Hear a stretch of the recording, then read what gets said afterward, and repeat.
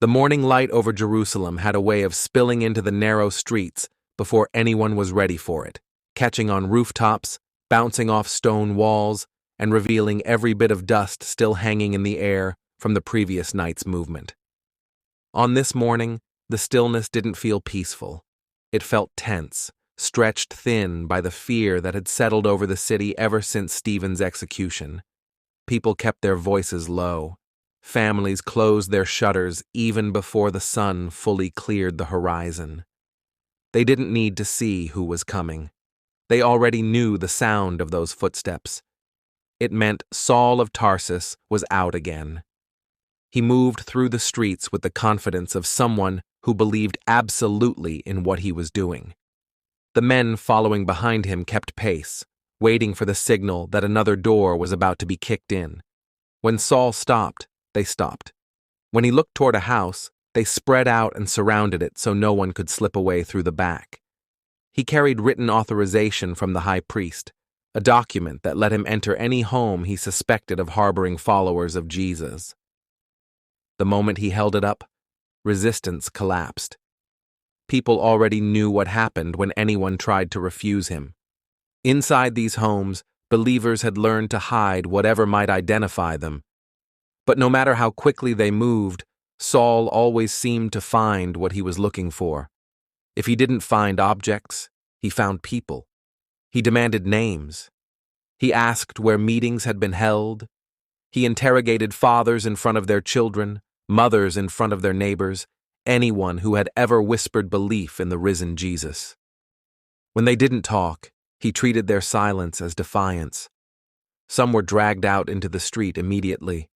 Others were taken deeper into the city for questioning that rarely ended without bruises or broken resolve. The holding cells filled so quickly that guards stopped pretending disbelief at the number of arrests. The pressure spread outward. Families disappeared from neighborhoods overnight, slipping out of the city because staying had become impossible. When Saul saw that people were fleeing, it only convinced him he was doing something right. To him, their fear proved their guilt. He didn't care where they ran. He intended to follow. What began as a mission to stop a movement inside Jerusalem soon became an effort to hunt it down wherever it tried to survive. Reports came in from Judea and Samaria that the teachings were spreading instead of shrinking. That news tightened something inside him. He had thought force would extinguish their message, but it seemed to scatter like embers carried by the wind. So Saul changed tactics. If the movement was growing beyond Jerusalem, he would pursue it beyond Jerusalem. When he requested permission to travel to Damascus, with authority to arrest believers in the synagogues there, the high priest granted it without hesitation. Saul's reputation had become a weapon in its own right. People whispered his name with dread, and he liked that. It meant they understood who was in control. He set out along the long road north with a group of men who trusted him completely. They knew why they were going. They expected success. Along the journey, the terrain changed from the steep hills around Jerusalem to open stretches of road where heat lifted in ripples off the ground. The trip gave Saul time to think, and he spent every moment planning. He pictured the synagogues in Damascus. He imagined rooting out the believers who had taken refuge there. He rehearsed the questions he would ask and the methods he would use to make them talk. His certainty was so complete that the men walking beside him never questioned whether he'd chosen the right path. Saul's conviction was contagious. As they approached the outskirts of Damascus, the sun beat down on the road hard enough to blur the distance. Saul didn't slow. The city was close. His mission was within reach. Dust clung to his clothing. Sweat ran down his back. None of it mattered because his mind was fixed on the same goal he'd held since Stephen fell under a storm of stones. He believed he was defending God. He believed he was preserving their faith. And then everything changed in a single moment. A light exploded around him with no warning. It wasn't sunlight. It wasn't a reflection.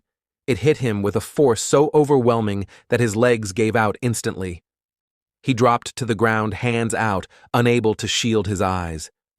The men around him staggered back, startled into silence. They didn't understand what was happening. They only saw their leader collapse, as if the sky had reached down and struck him. Then Saul heard a voice, clearer than anything he had ever heard, cutting through the air with unmistakable authority.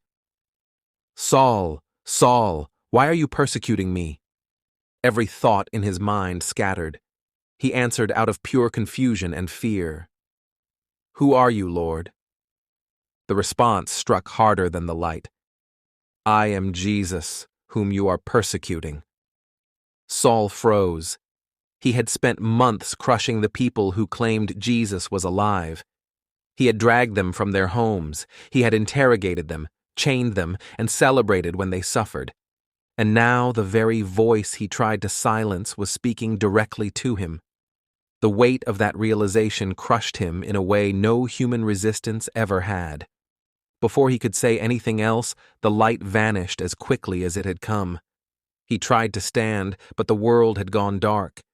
His companions lifted him and tried to steady his steps, but Saul couldn't see their faces, the road, or even his own hands.